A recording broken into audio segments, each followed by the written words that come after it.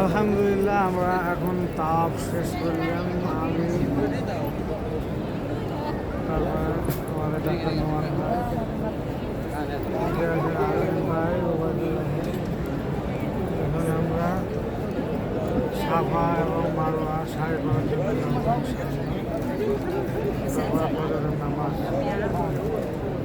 আল্লাহ রসুলের একটা খাস সুন্নাতের মধ্যে সুন্নত হলো যে মানে জুমার দিনের ওই ফজরের নামাজে সূরা সিজদা এবং দ্বিতীয় রাকাতে সূরা দাহার তেলাওয়াত। অন্যান্য নামাজে ওনার তেলাওয়াত চেঞ্জ হয়েছে, পরিবর্তন হয়েছে, কিন্তু জুমার দিনের এই ফজরের নামাজে উনি দায়েমিভাবে তেলাওয়াত করতেন। আমরাও ইনশাআল্লাহ মক্কা হারাম শরীফ মক্কা এবং মদিনায় এই সুন্নাতটা দেখতে পাই। এখানে ইনশাআল্লাহ আজকে নামাজে এটা আদায় করবে। এটা আমাদের খুব সৌভাগ্যের বিষয়। যারা হাজ এবং আমরা আসে তারা একটা জুমা অন্তত মক্কা এবং একটা মদিনায় দিয়ে থাকে।